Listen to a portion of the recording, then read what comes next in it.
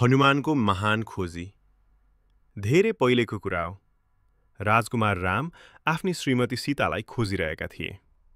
दुष्ट राक्षस राजा रावणले सीतालाई चोरी गरेर टाढा लङ्का भन्ने टापुमा लगेका थिए।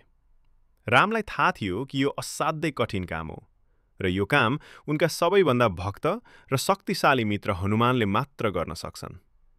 रामले हनुमानलाई बोलाए र आफ्नो औठी दिए। यो औठी सीतालाई दिनु र उनलाई भन्नु कि म उनलाई लिन चाँडै आउँदैछु, रामले भने। हनुमान समुद्रको छेउमा पुगे। समुद्र यति विशाल थियो कि यसलाई हेर्दा नै डर लाग्थ्यो। तर रामप्रतिको उनको ठूलो विश्वासले गर्दा उनको शक्ति 1000 गुणा बढ्यो। हनुमानले जय श्री राम भन्दै ठूलो छलाङ मारे र बादलहरूमाथि उड्न थाले। उनी आकाशमा एउटा ठूलो पर्वत जस्तै देखिन्थे। बाटोमा सुरसा र सिंहिका जस्ता ठूला राक्षसहरूले उनलाई रोक्न खोजे। उनीहरू हनुमानलाई खान चाहन्थे, तर हनुमानले आफ्नो बल मात्र होइन, बुद्धि पनि प्रयोग गरे। कहिले उनी सानो रूप लिएर फुत्त निस्किए, कहिले उनी धेरै छिटो भएर राक्षसहरूलाई परास्त गरे। धेरै कष्टपछि उनी लङ्का पुगे। रावणको सहर सुनको जस्तै चम्किलो थियो, तर दुष्टताले भरिएको थियो। हनुमानले आफ्नो शरीरलाई सानो रूपमा बदले र बिरालो जस्तै चुपचाप सहरमा प्रवेश गरे। उनले हरेक महल र बगैँचामा सीतालाई खोजे। अन्तमा उनले सीतालाई अशोक वाटिका नामक सुन्दर बगैँचामा भेट्टाए। सीता अत्यन्तै दुखी थिइन् र एक रुख मुनि बसिरहेकी थिइन्।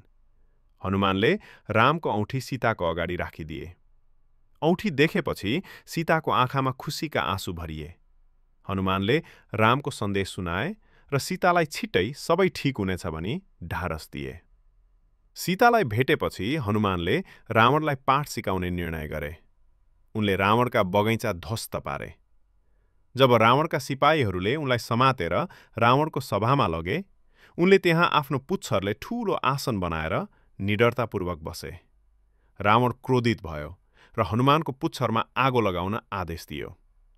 यो रावणको ठूलो भूल थियो।